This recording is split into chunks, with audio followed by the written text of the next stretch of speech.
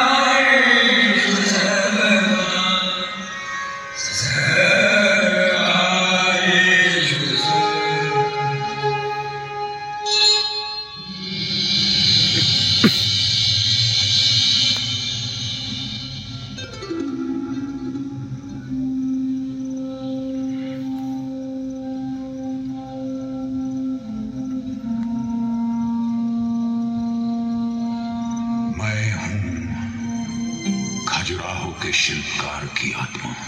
सुनना ध्यान से एक चीज।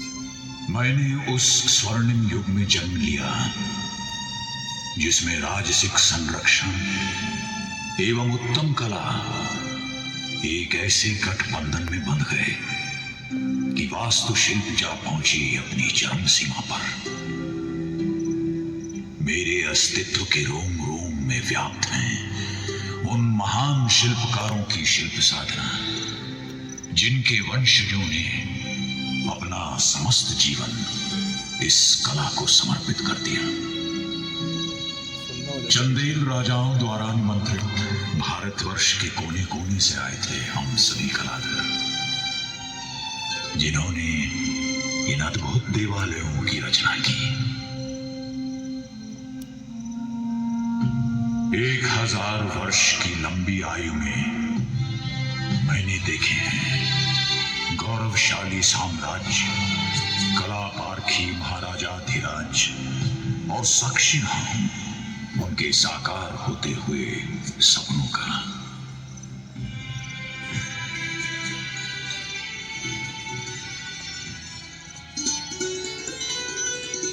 काशी के निकट ग्रीष्म ऋतु की एक चांदनी रात में इस प्रसंग का आरंभ हुआ था। जब एक अपूर्व सुंदरी हेमवती कमल के फूलों के बीच सरोवर में स्नान कर रही थी।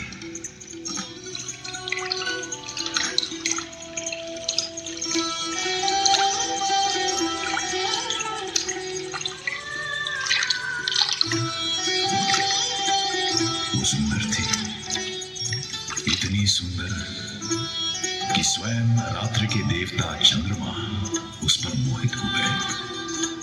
पृथ्वी पर उतरकर उन्होंने उसके साथ संभोग किया, पर जब उषा की पहली किरणों से आकाश में लाली छाने लगी तो अनमना सा चांद अपने आकाश परिवेश को लौटने पर लाचार हो गया।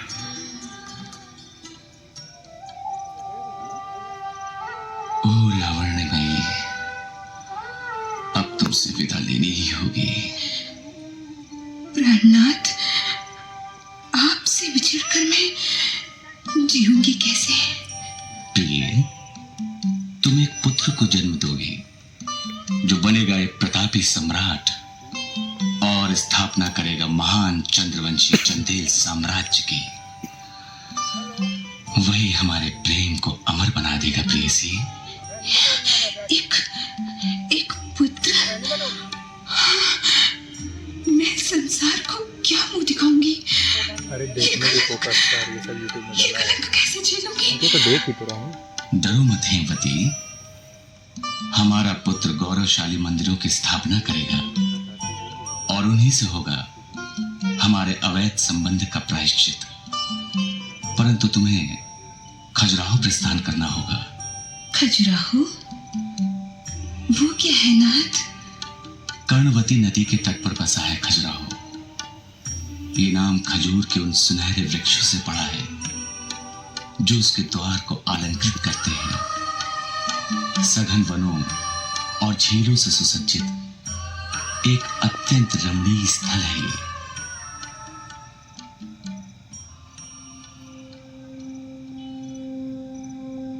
यूं हेमवती खजुराहो पहुंची, जहां उसने चंद्रवर्मन को जन्म दिया।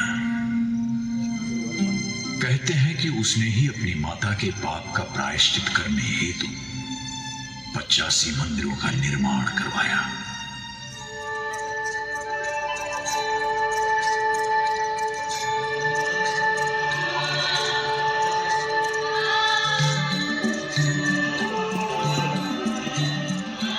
सर भी जल रहा है। परंतु इतिहास का कुछ और ही कहना है। उसकी धारणा है कि इन अद्भुत मंदिरों का निर्माण 10वीं और 12वीं शताब्दी के मध्य चंदेल राजाओं द्वारा हुआ। उत्तर भारतीय प्रतिहार राज्य के विधायक चंदेल शक्तिशाली होते जा रहे थे। चंदेल वंशी प्रतिहार राजाओं के नाम पर निरंतर तलवार खींचते और खजुराहो की पहाड़ियां अक्सर सैनिक के शोर से गूंजती।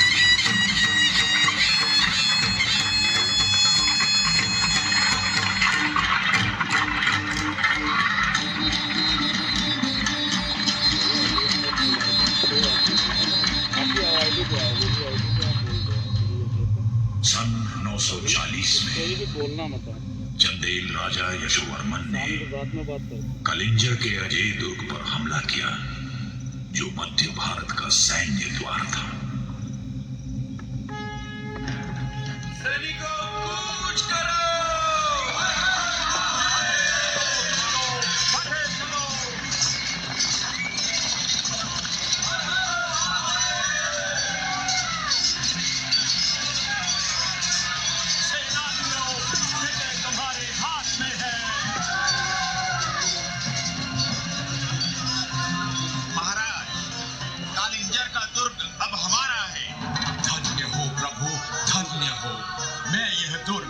अपने प्रतिहार सम्राट को भेंट स्वरूप दूंगा, परंतु पहले इस युद्ध में बलिदान होने वाले वीरों के नाम हमें गिनवाओ।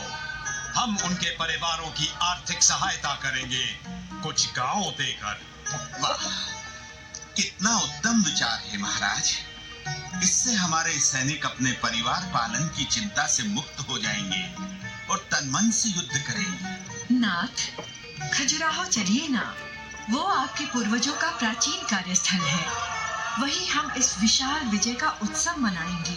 उत्सव ही नहीं महारानी, हम भगवान विष्णु का एक अद्वितीय मंदिर भी बनवाएंगे। उनके ही प्रताप से हमें ये विजय प्राप्त हुई है। ये कार्य तो आपको अपार धार्मिक कीर्ति देगा राजन। आप पर सदा प्रभु की कृपा बनी रहेगी। चलो खजुराहो के प्रस्थान की तैयारी।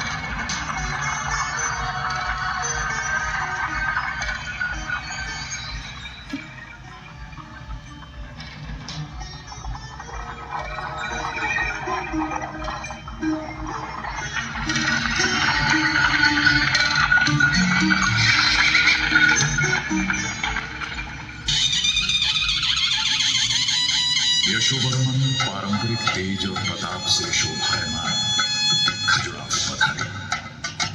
राजसमूह की अगुवाई कर रहे थे संगीतकार, और उनके पीछे स्वर्ण मालाओं से सुसज्जित हाथी, फिर चमचमाते भाले लिए घुड़सवार, और उनके पीछे लंबी तलवारें थामे पैदल सैनिक।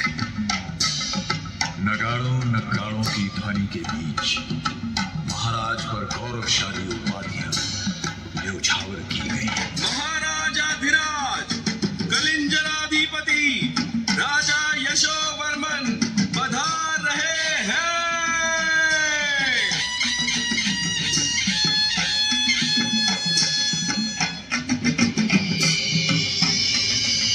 आर्यजन, यही है वो स्थान। यहीं पर हम अपने मंदिर की स्थापना करेंगे। विचार उत्तम है महाराज। आपके पूर्वजों द्वारा निर्मित मंदिरों के कारण यह स्थली पहले ही पवित्र हो चुकी है। और चारों ओर ये पहाड़ियां, ये विकसित घना जंगल इस स्थान को शत्रु के प्रहार से भी सुरक्षित रखेगा। यही बनेगा उत्तर भारत का सर्वोत्तम मंदिर, चंदेलाओं के प्रभुत्व का उज्जवल प्रतीक। किंतु महाराज, इसका स्थपति कौन होगा? ढूंढिए राजमंत्री, भारत का कोना कोना छान मारिए एक ऐसे स्थपति की तलाश में जो अनोखा हो, जिसका ज्ञान असीमित, जिसकी कल्पना अद्वितीय, जिसकी दृष्टि उज्जवल हो। ऐसा शिल्पकार ही मेरे सपनों के मंदिर को आकार दे सकता है। महाराज, एक व्यक्ति है ठीक वैसा ही जैसा आप ढूंढ रहे हैं। सुना है इस संसार के रचयिता विश्वकर्मा की ही भांति है। अच्छा, क्या उसे वेद ज्ञान है, मंदिर वास्तु समझता है, यंत्रकार और गणितज्ञ भी है? अवश्य महाराज, इतना ही नहीं, वो धार्मिक और दयालु है। ईर्ष्या और स्वार्थ से वंचित, शांत और तीव्र बुद्धि वाला है वो। तब तो उनमें उत्तम स्थपति की सभी योग्यताएं हैं। उनसे कहिए कि राजपुरोहित से विचार विमर्श करके निर्माण कार्य आरंभ करे।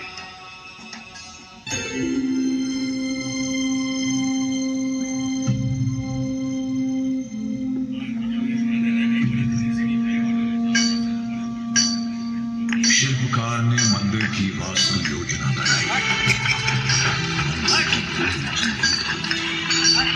तन्मय होकर जुट गए अनगिनत श्रमिक और श्रमिक यशोवर्मन के स्वप्न को साकार करने। दिन प्रतिदिन श्रमिक विशाल शिलाखंड ढोते और शिल्पकार कार्य प्रारंभ से पहले अपने शरीर को पवित्र करने का अनुष्ठान करते तथा योग से मन में स्थिरता लाते।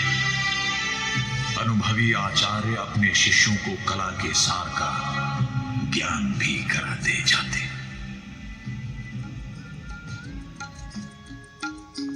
हाँ तो पुत्र, इस शिला में ढलेगी स्वर्ग की अप्सरा। याद है वो मापदंड जो मैंने सिखाए थे? जी गुरुजी, हथेली बराबर उसका मुख होगा, 5, 9 या 13 हथेलियों बराबर उसका शरीर, थोड़ी माथे से आधी। ठीक ठीक, तुम्हें पाठ कंठस्थ है। किंतु गुरुजी, इस प्रतिमा में प्राण और चेतना कैसे जागृत करें? गति से पुत्र, शरीर के भाग को विभाजित करके। देखो, इस चित्र में शरीर का त्रिभंग, सिर एक दिशा में मुड़ा हुआ, शरीर दूसरी दिशा में और घुटना यूं मुड़ा हुआ। वाह गुरुजी, ऐसा आभास होगा कि पत्थर की नायिका जीवित होकर मंदिर से धरती पर पग रखने वाली है। किंतु गुरुजी, मंदिर में इतनी नारी प्रतिमाएं क्यों अंकित की जाती हैं? जैसे धर्मपत्नी बिना वंश नहीं फलता, वैसे ही नारी चित्रण रहित मंदिर भी सार्थक नहीं होता। गुरुजी, अब देवताओं की आकृति के बारे में कुछ ज्ञान कराइए। पहली बात तो यह है कि ईश्वर का वर्णन असंभव है। ये नीति है, नीति है, नीति है। तो फिर इस निराकार को आकार कैसे दे? सर्वप्रथम हर उस कार का बहिष्कार करो जो तुम्हारे मन को अस्थिर करे। फिर योग साधना से इष्ट देव के अनोखे गुणों का सार समझो। याद रहे पुत्र, शरीर और मन दोनों ही कलाकार की कला के अस्त्र हैं।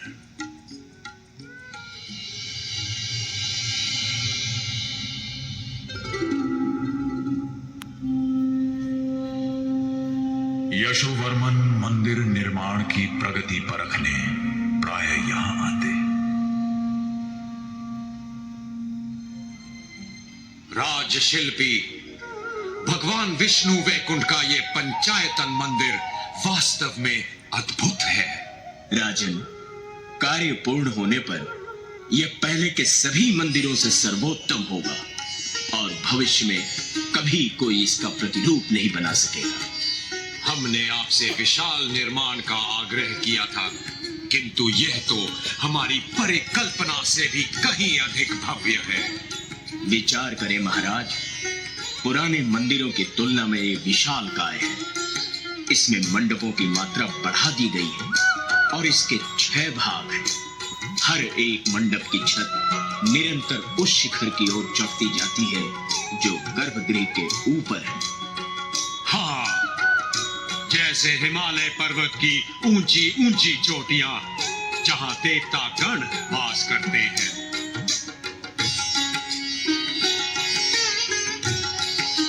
राजगुरु का कहना है कि मंदिर के समीप एक तालाब अवश्य होना चाहिए, जहां भक्तगण ईश्वर दर्शन से पहले स्नान कर सके। भगवान, यहाँ की भूमि के उतार चढ़ाव से यह संभव है कि निकट स्थित सरोवर को ही यहाँ तक बढ़ा दें। तुरंत कार्य का आरंभ किया जाए। हम इस तालाब को नाम देंगे सागर।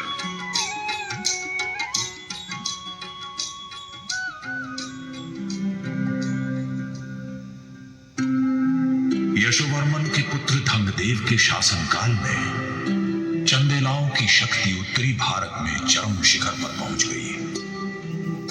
युद्ध में प्राप्त संपत्ति और पराजित प्रांतों से लिया गया कर राजधानी पर बरसने लगा। इसी वैभव की कीर्ति फैलाने राजा धंगदेव ने बनवाया भगवान शिव को समर्पित विश्वनाथ मंदिर।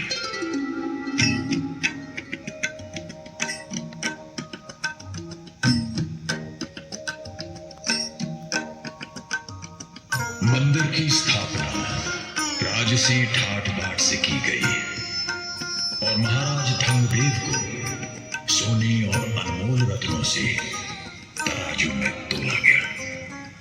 राजन, तुला आपकी प्रतीक्षा में है, कृपया आसन ग्रहण करें। अवश्य गुरुदेव, अवश्य। तुलादान प्रारंभ करें।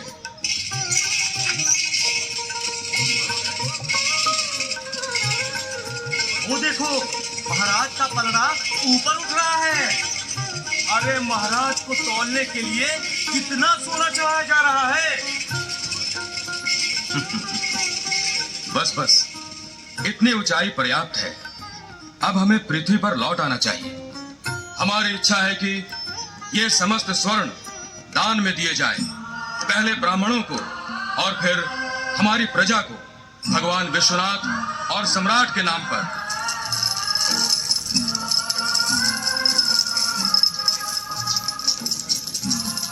महाराज की जय हो, महाराज के प्रताप की जय हो, महाराज के शौर्य की जय हो, महाराजाधिराज राजा धंगदेव की जय हो। आइए राजशिल्पी जिच्छा, पधारिए। आपकी मनोहारी संरचना ने हमें मंत्रमुग्ध कर दिया है। राजन, ईश्वर की महिमा और अपने राजन की सेवा से ही हम कृतार्थ हुए। किंतु आर्य, कुछ लौकिक उपहार भी तो आवश्यक होते हैं। मंदिर के अनुष्ठान पर आपको अर्पित है कुछ गांव, जिनकी आय से आपका और आपके परिवार का पालन होगा। धन्य हो राजन, धन्य हो।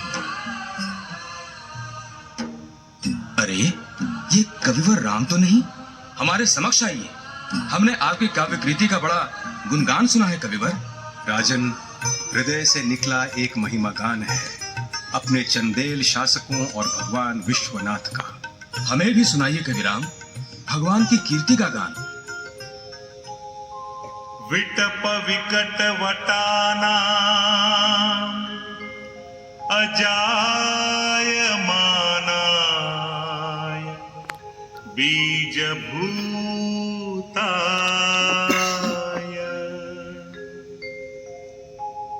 रुद्राय नमः पालन विलय कृतेहि निष्क्रियायामपि।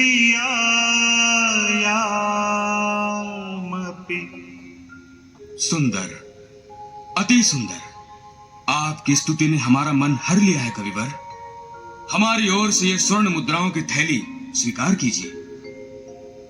और अब राजगुरु, जो आज से इस मंदिर की सेवा में रत रहेंगे, ये गौधन, अनाज और खेत आपको भेंट स्वरूप देते हैं, ताकि आप दैनिक चिंताओं से मुक्त होकर चित मन से ईश्वर की आराधना कर सके।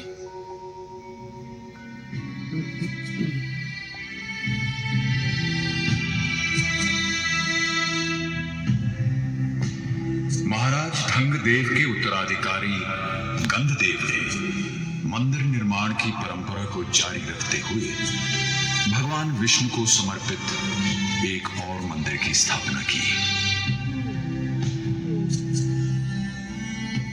अग्नि की पवित्र ज्वाला से मंदिर के भूमिखंड की शुद्धि हुई। गहरी खाई बनाकर उसमें समर्पित किए गए धरती के अंतःकरण के प्रतीक सोना, चांदी, तांबा, अनाज और मुट्ठी भर नवरत्न।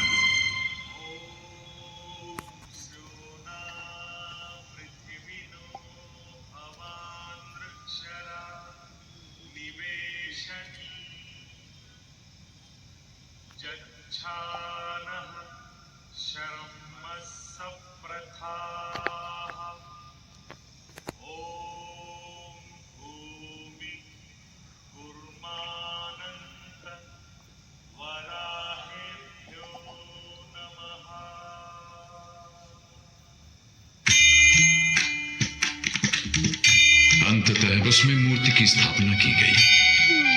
राजा सपरिवार इष्ट देव के चरणों में प्रथम भेंट अर्पित करने वहां पधारे। देखो, वो देखो, महाराज पधार रहे हैं।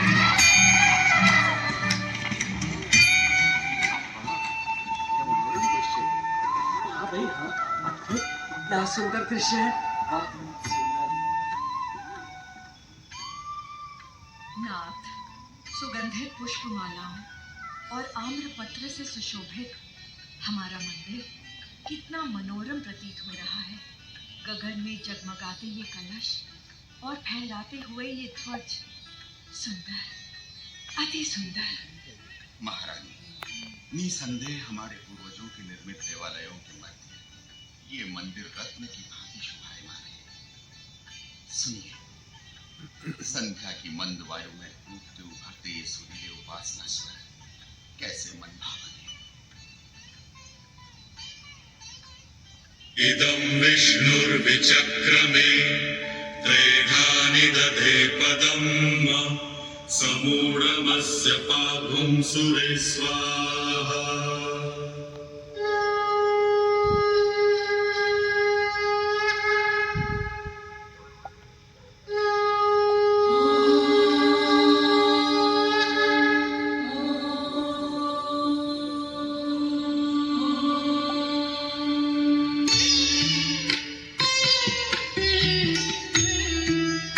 दीपक की झिलमिलाती लौ का प्रकाश धूप की भीनी सुगंध में घुलकर गर्भगृह को अलौकिक बना रहा था।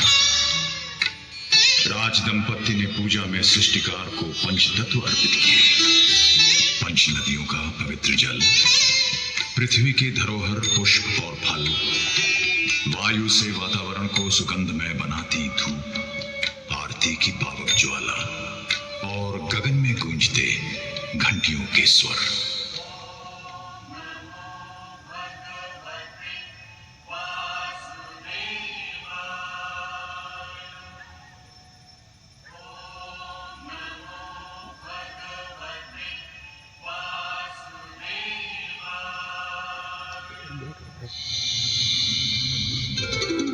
देख रहा है बोल। सन 1004 में महाराज विद्याधर ने सिंहासन संभाला।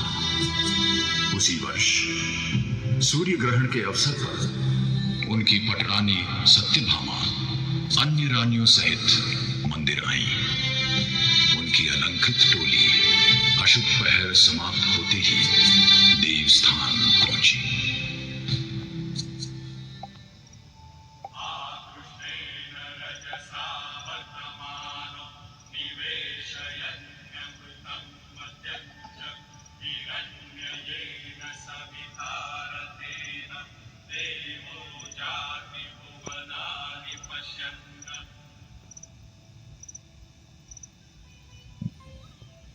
महारानी, सूर्य ग्रहण का यह अशुभ दिन आपके आगमन से शुभ हो गया है। राजगुरु, आप हमें अनुचित सम्मान दे रहे हैं। मैं तो केवल ईश्वर की एक उपासिका हूँ। आइए महादेवी, ईश्वर के समक्ष आइए। आगमन से पूर्व सागर स्नान करके आप पवित्र तो हो ही चुके हैं। हमारे साथ मिलकर प्रार्थना करें गुरुदेव कि आकाश देव के प्रकोप से हम सदा सुरक्षित रहें। नमः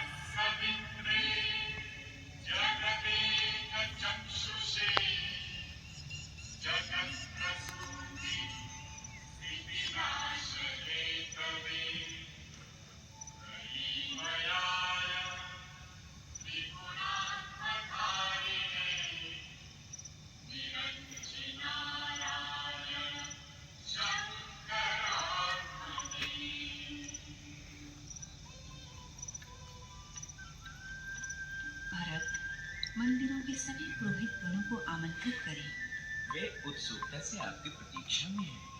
ऐसा उल्लेख है कि सूर्य ग्रहण के प्रकोप से संबंधित दोष ब्राह्मणों को दिए हुए दान से मिट जाते हैं। अतएव आप सब ये भूमि दान स्वीकार करें। मेरी कामना है कि आप और आपके वंशज ईश्वर आराधना में फूले फले। महारानी सत्यभामा की जय हो।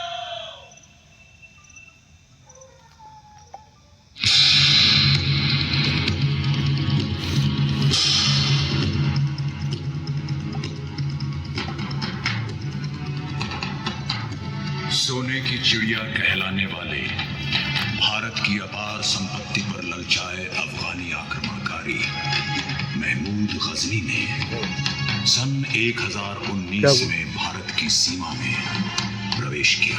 कुछ हुआ क्या? उत्तरी भारत की भूमि गजनी की सेना से जूझते वीरों के रक्त से रंग गई।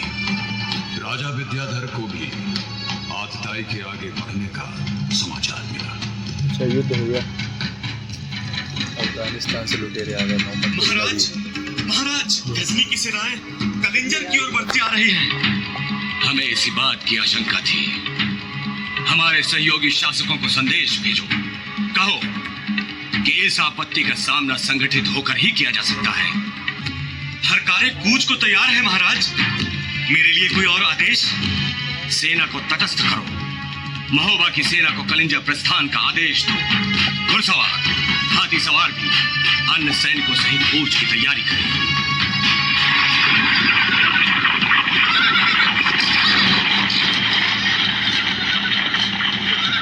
धन संपदा थी ना, अफगानिस्तानी लूटने आए थे ना लुटेरे।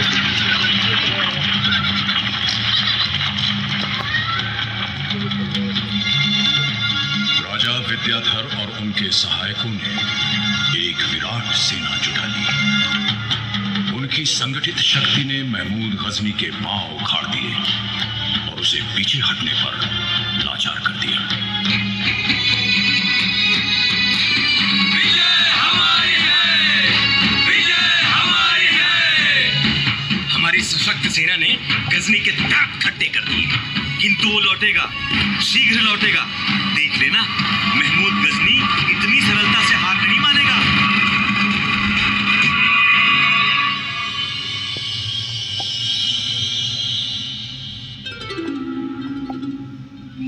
महमूद गजनी लौटा 3 वर्ष बाद, एक बार फिर कलिंजर के दुर्ग पर घेरा डालने।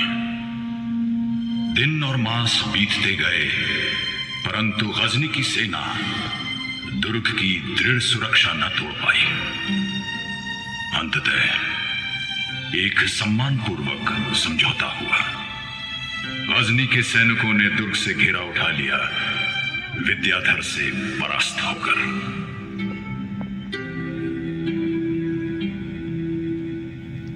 राजा लौटकर खजुराहो आए, विजय से विभोर, मान सम्मान से सुसज्जित। विजयोल्लास में राजा ने कंदरिया महादेव मंदिर का शिलान्यास किया, कैलाशपति शिव की स्तुति में। राज्य के स्थपतियों ने यहाँ के पूर्व रचित मंदिरों का गहरा अध्ययन किया।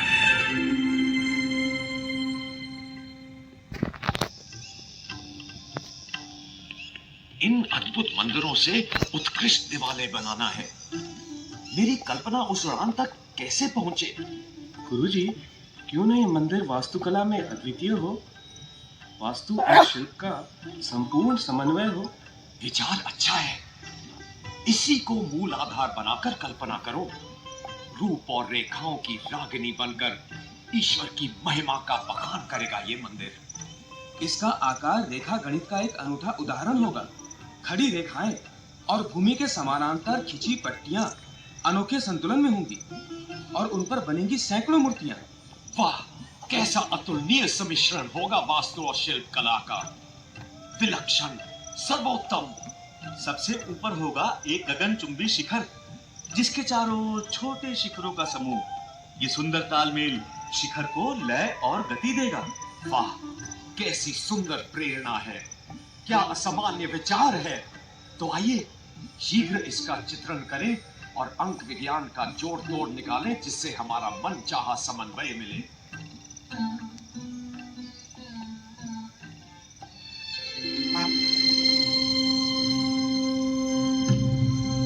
संरचना आरंभ हुई और धीरे धीरे एक शिला पर दूसरी शिला धरते धरते मंदिर का रूप।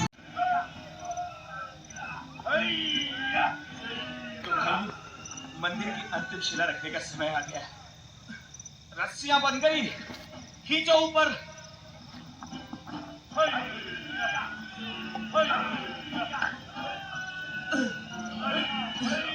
अरे खींचो भाइयों, पूरे बल से। ओह, बहुत भारी है, मेरी तो मांसपेशियां तन गई है। धीरज रखो मित्रों, धीरज। याद रहे, ये ईश्वर की सेवा है, सेवा।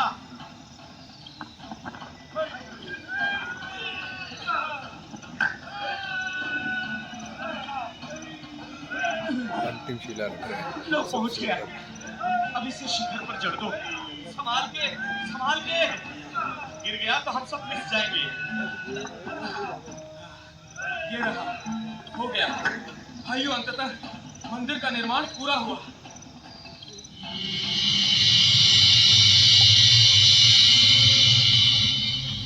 वास्तुकार और स्थपति ने अपने इस पवित्र श्रम से मिले धार्मिक पुण्य को राजा को समर्पित किया। टूट गई, ज्वाइन कर देना।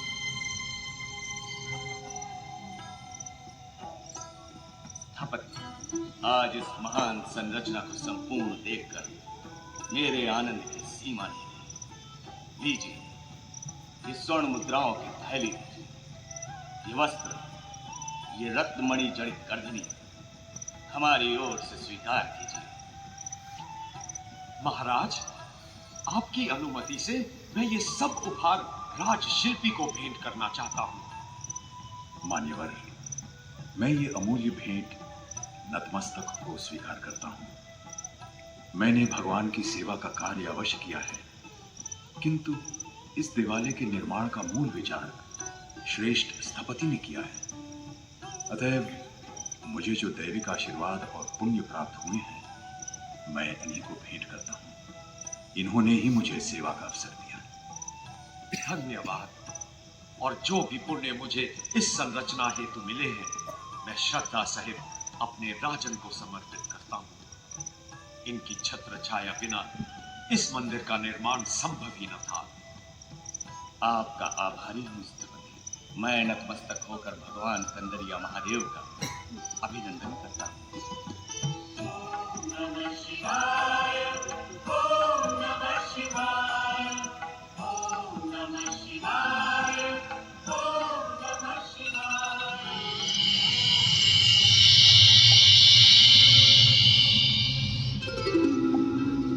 हमें कतई न भूलना चाहिए कि मंदिर चाहे निस्संदेह कलापारखी राजाओं के संरक्षण से ही बने, पर इनमें योगदान है अनगिनत श्रमिकों के परिश्रम का, शिल्पकारों के अनंत पीढ़ियों का, जो इसी कार्य में लीन जीते रहे, मरते रहे।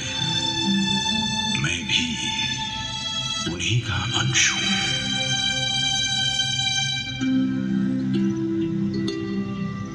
खजुराहो की निडर आधार, अमर शिला में कांत तुम्हारा। मैं जीवित हूँ मेरे अंदर जीवन की उद्दाम पिपासा। जब मूर्तों के हेतु नहीं है मेरे मन में मोह जरा सा, और उस युग में होता जिसमें ली तुमने चैनी आंखी तो। एक मांगता वर विधि से कर दे मुझको पाषाण तुम्हारा। खजुराहो के निडर आधार, अमर शिला में कांत तुम्हारा।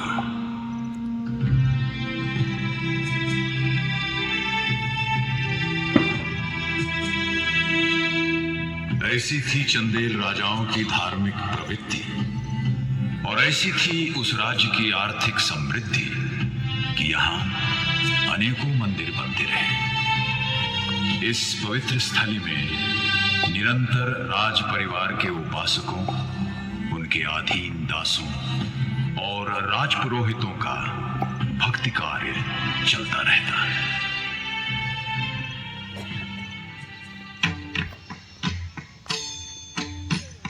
आओ महादेवी, संध्या पूजन का समय होने ही वाला है। वो देखो, राजपुरोहित आ रहे हैं। पधारिए महाराज, परिक्रमा प्रारंभ की जाए। अवश्य गुरुदेव।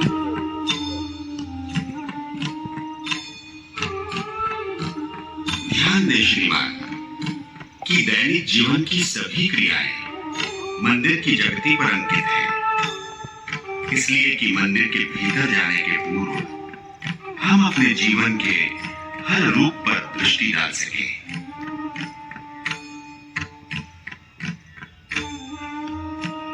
यहाँ भगवान की प्रतिमाएं हैं, क्षण भर ठहर कर इन्हें प्रणाम करें।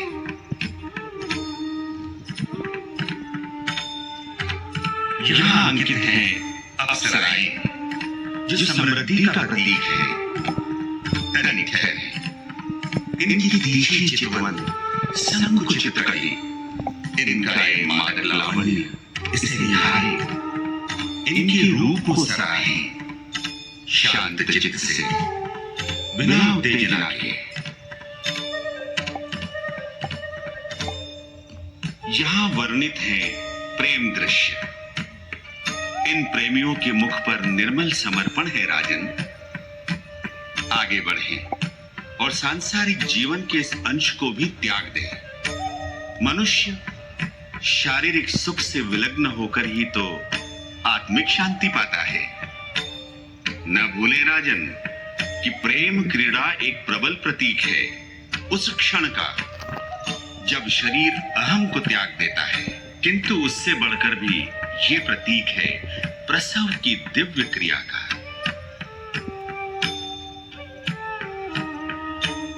मंदिर की परिक्रमा के पश्चात आपका चित्त स्थिर और मन एकाग्र हुआ महाराज।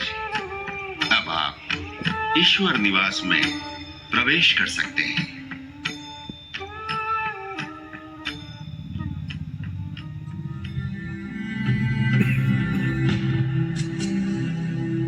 राजा विद्याधर ने मंदिर के उत्सव में 4 चांद लगाने के लिए कलिंजर से देवदासी को बुलवाया।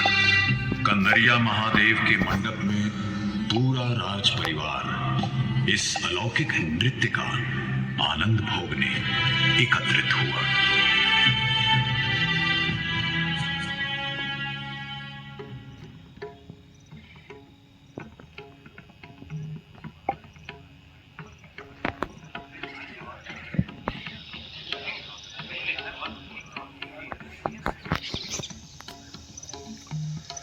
वो देखो, नर्तकी मंदिर में आ रही है।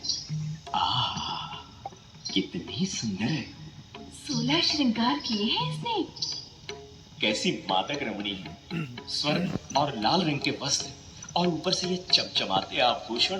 पूरी देव वस्त्र से दिखती है। अपने गुरु और राजा को प्रणाम कर अब वह प्रभु की ओर बढ़ रही है। देखो, नृत्य आरंभ हुआ।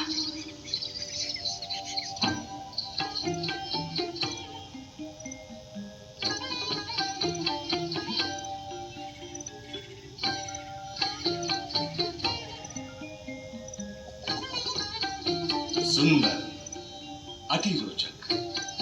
इसके हाव भाव मनमोहक है, मानो काव्य रचना सजीव हो गई। हर भाव इसकी आत्मा का दर्पण लगता है और हर मुद्रा इसके हृदय की उपासना। लो, नृत्य समाप्त हुआ। अंतिम नमस्कार कर रही है नर्तकी।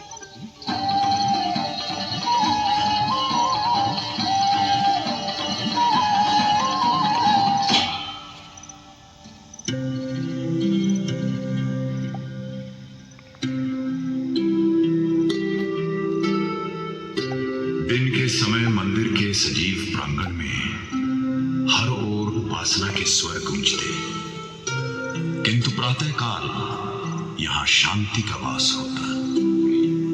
प्रभात लालिमा का पहला आभास होते ही भक्तजन तालाब में स्नान करते, गायत्री मंत्र का जाप करते हुए सूर्यदेव को जल अर्पण करते। ॐ भूर्भुवः स्वः तत्सवितुर्वरेण्यम् भर्गो देवस्य धीमहि धियो यो नः प्रचोदयात्।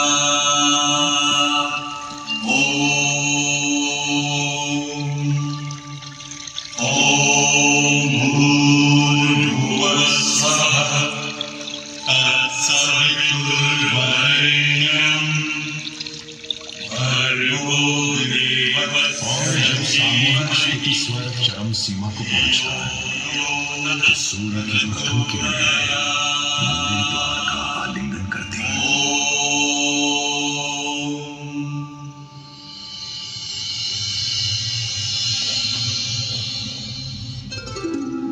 राजा विद्याधर का निधन सन 1029 में हुआ। उनके उत्तराधिकारी सैनिक कुशलता में अपने पूर्वजों की भांति दक्ष न थे। इधर राज्य पुराने शत्रुओं और नए मुसलमान आक्रमणकारियों के हमले से डामाडोल हो रहा था। धीरे धीरे कलिंजर और महोबा चंदेलाओं के आवास बन गए। उधर खजुराहो भी सुरक्षित ही रहा, क्योंकि उसके चारों ओर घने जंगलों और पहाड़ों का पहरा था। युद्ध में व्यस्त राजा मंदिरों की उपासना न कर सके। उनकी उदासीनता का शिकार बने ये मंदिर। इनके प्रांगण सूने होते गए। हम शिल्पकार भी धीरे धीरे बिखर गए। खजुराहो वीरान हो गया। योगियों की एक टोली ने मंदिर के प्रांगण में कुछ समय तक पड़ाव डाला। ये प्रसिद्ध चिकित्सक थे। सन 1335 में प्रसिद्ध इतिहासकार और पर्यटक इब्न बतूता खजुराहो पहुंचे। ये लक्ष्मण मंदिर की स्थापना से लगभग 400 वर्ष बाद की बात है।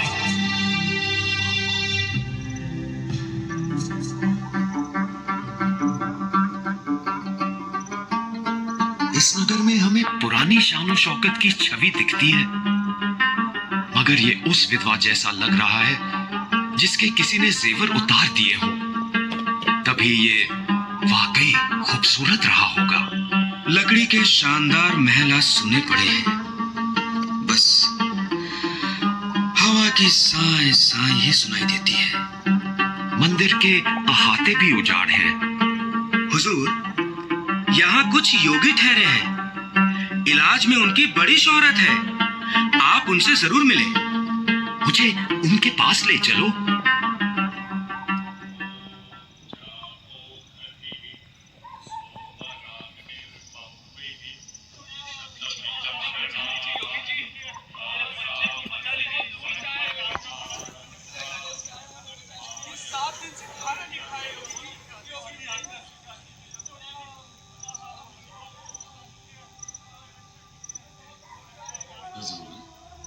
मैं एक मुसलमान हूँ।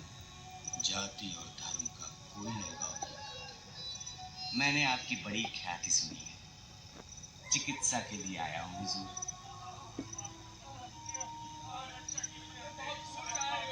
सुभान अल्लाह, यहाँ तो बड़ा मजमा लगा है। तुम्हें क्या कष्ट है? हुजूर, मेरी दिलचस्पी मुझे यहाँ लाई है। आपकी दुआएं चाहता हूँ। वो तो सदैव तुम्हारे साथ है। एक मुसाफिर की जिज्ञासा मिटाए जनाब, और बताए ये हैरत अंगेज इलाज आपने किससे सीखे? हम श्री वैद्यनाथ की कृपा और सूर्यदेव की शक्ति से उपचार करते हैं, जिनमें महान चिकित्सक बल है। सुभान अल्लाह, सुभान अल्लाह, सुभान अल्लाह।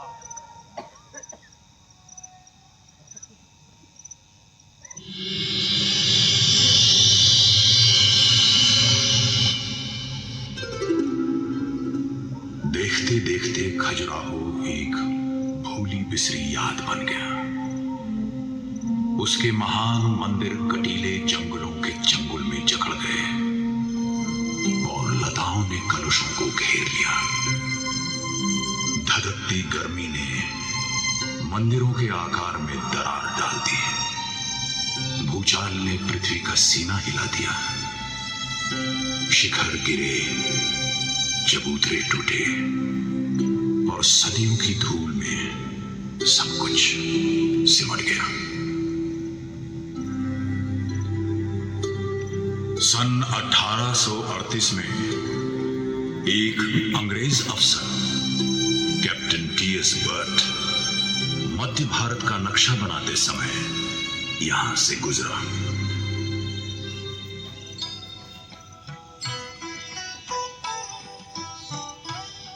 यात्रा की तैयारी करो, हम पांव फटते ही निकल पड़ेंगे। साहब, जाने से पहले आपको एक चीज जरूर देखनी चाहिए। वो क्या? जंगल में कुछ मंदिर हैं साहब। मंदिर? अच्छा, चलो देखें।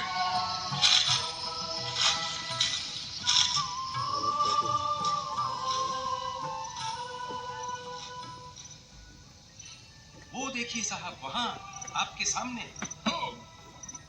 ये आदमी बगैर सच ही बोल रहा है। आग से ओझल देवताओं की नगरी। जरा पास से तो देखो। तुम इस दीवार पर चढ़ने का रास्ता ढूंढ सकते हो? जी साहब, आइए, आप यहाँ से चढ़ सकते हैं।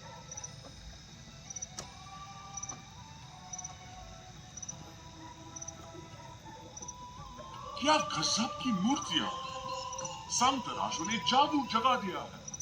साहब, किसी समय यहाँ राजभक्तों की भीड़ थी, जिनके भजन से आकाश गूंजता था।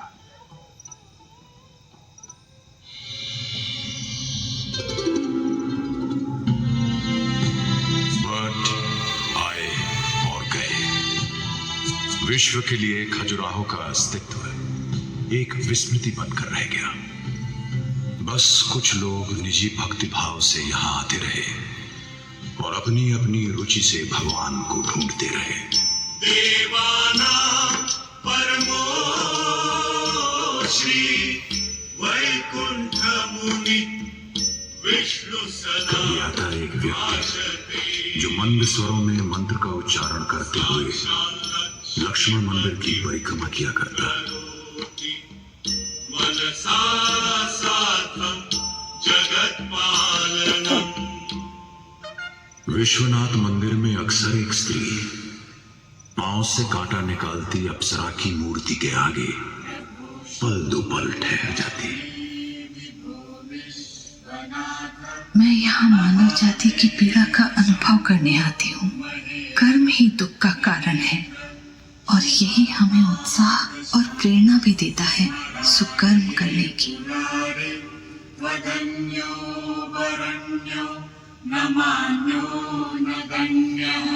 और यहाँ कंदरिया महादेव की जगती पर एक और नारी परिक्रमा करती। उसका अपना स्त्रीत्व सप्त मातृकाओं की उपासना से प्रेरित होता।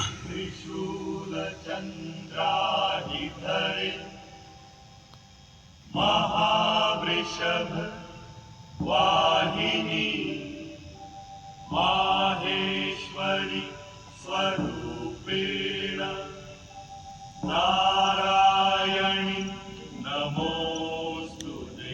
देवी जगदम्बी के मंदिर में दर्पण को देखती हुई मूर्ति के आगे एक अन्य भक्त रुक जाता।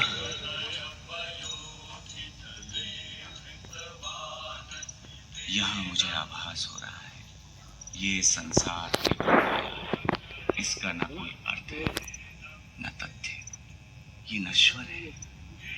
जैसे ही अहम और ब्रह्मन एक रूप होते हैं, ये लुप्त हो जाता है, परमात्मा में समा जाता है।